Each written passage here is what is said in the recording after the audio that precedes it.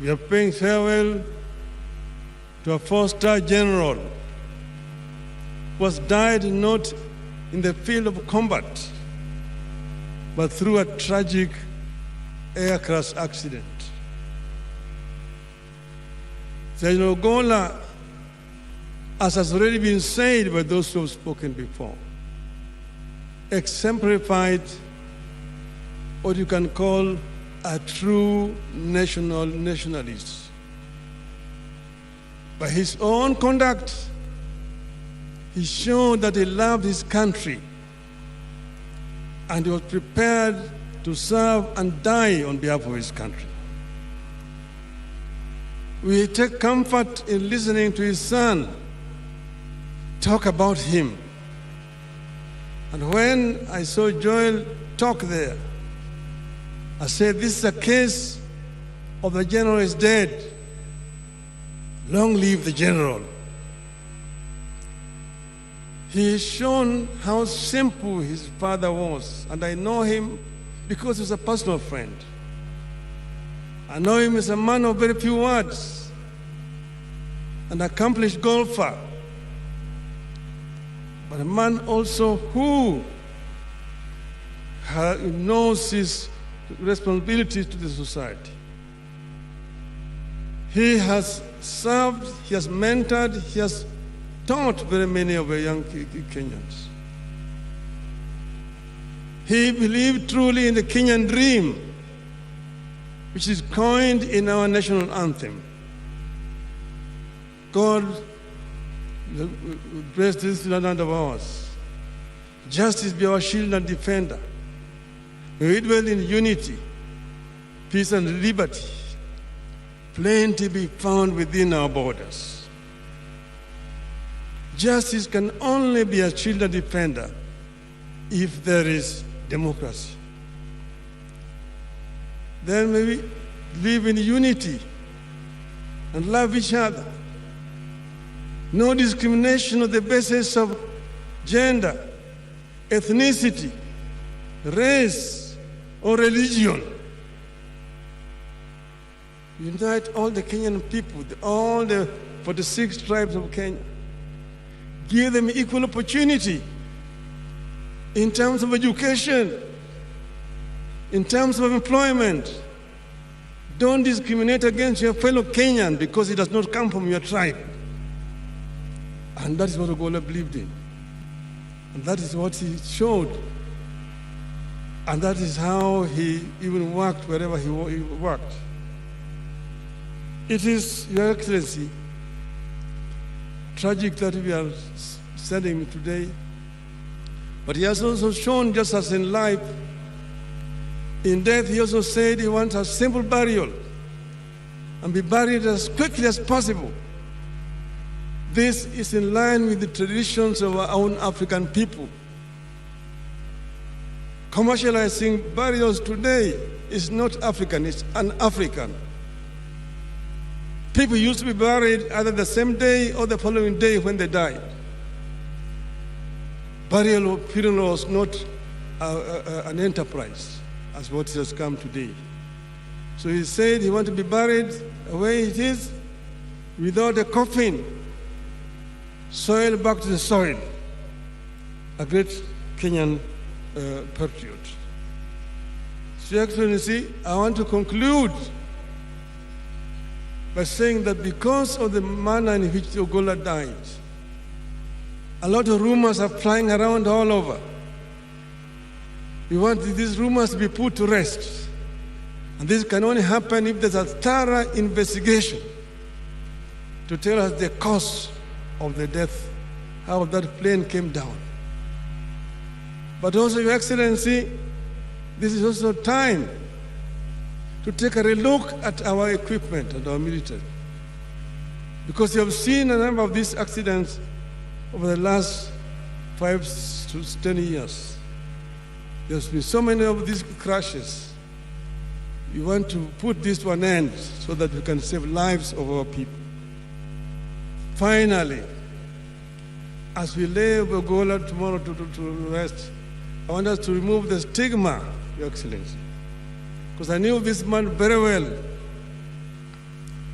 General Ogolla would never have contemplated or thought about going to Bomas of Kenya to force Mr. Chebukati to alter the results of last general elections. So if we want this to be removed, I will lay him to rest. Rest in peace, our brother and my uncle, General Ogolla. Thank you.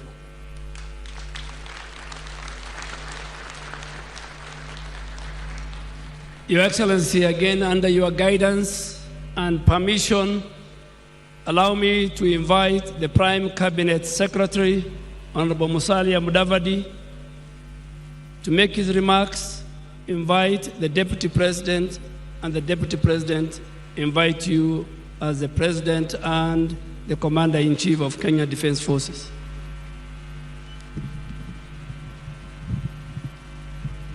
Your Excellency, the President of the Republic of Kenya, Dr. William Samoei Ruto, the First Lady, Mama Rachel Ruto, Deputy President, Honorable Rigathi Gachagua and Mama Dorcas, Mama Elaine, Ogolla, and your entire family, my colleagues, and all dignitaries and friends and Kenyans here in this beautiful grounds and also watching from various quarters through the media. Your Excellency, mine will be very brief. First, with your permission, let me acknowledge the presence of several heads of missions who have joined us here today to bid farewell to General Ogolla. I have a list, I'll just mention their names, and I'll request that as I mention your name, you can be upstanding. First, we have the Embassy of the Republic of Azerbaijan, His Excellency Sultan Agama, the Embassy of the Republic of Portugal, Her Excellency Ana Filomena Rocha,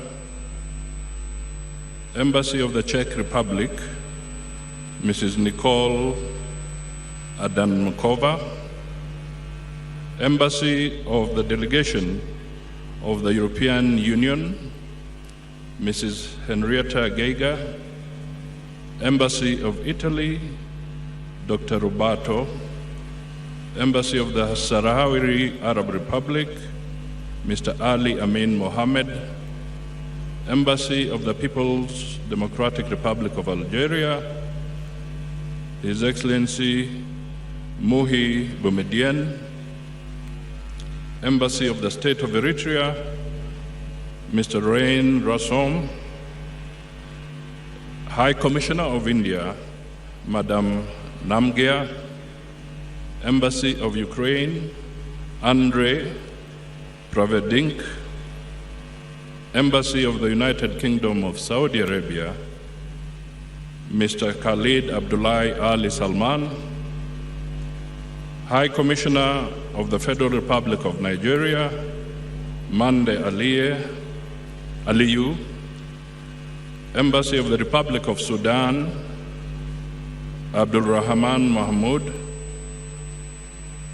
Embassy of the Democratic Republic of Congo, Mr. David Chibanga Tishiku, Embassy of the Sultanate of Oman, Said Al-Amri, Embassy of the Republic of Iraq, Dr. Mohammed Hussein Hassan,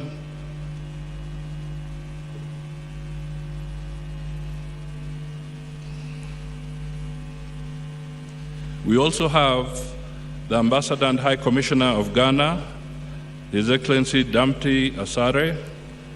We have the Ambassador and High Commissioner of Rwanda, His Excellency Gonga. We have Salim Al-Nakabi, United Arab Emirates Ambassador. This may not be exhaustive because we also have missions represented here, but not at the level of head of mission. and I also wish to acknowledge their presence. Your Excellency, mine will be very brief, just to stand with you and to stand with the family in condoling with all Kenyans and the military following this very tragic loss of the general and his compatriots a few days ago. Your Excellency, it has been said several times, but it pains not to repeat this. If there was a description of humility, an epitome of humility, then the general who has fallen is indeed a symbol of humility. But what is more interesting is that it is humility found in the military. Humility is a very rare visitor in the military circles, let alone being a resident in the military itself. So we have lost somebody who has now shed some light as to what can really be done to epitomize humility. Finally, Your Excellency, General Ogolla was a deep and brilliant thinker, not an emotional one. He was not impulsive. He gave very good thought to what he would say and what he intended to do. He was truly a deserving and befitting leader of the military. With these remarks, may his soul rest in eternal peace.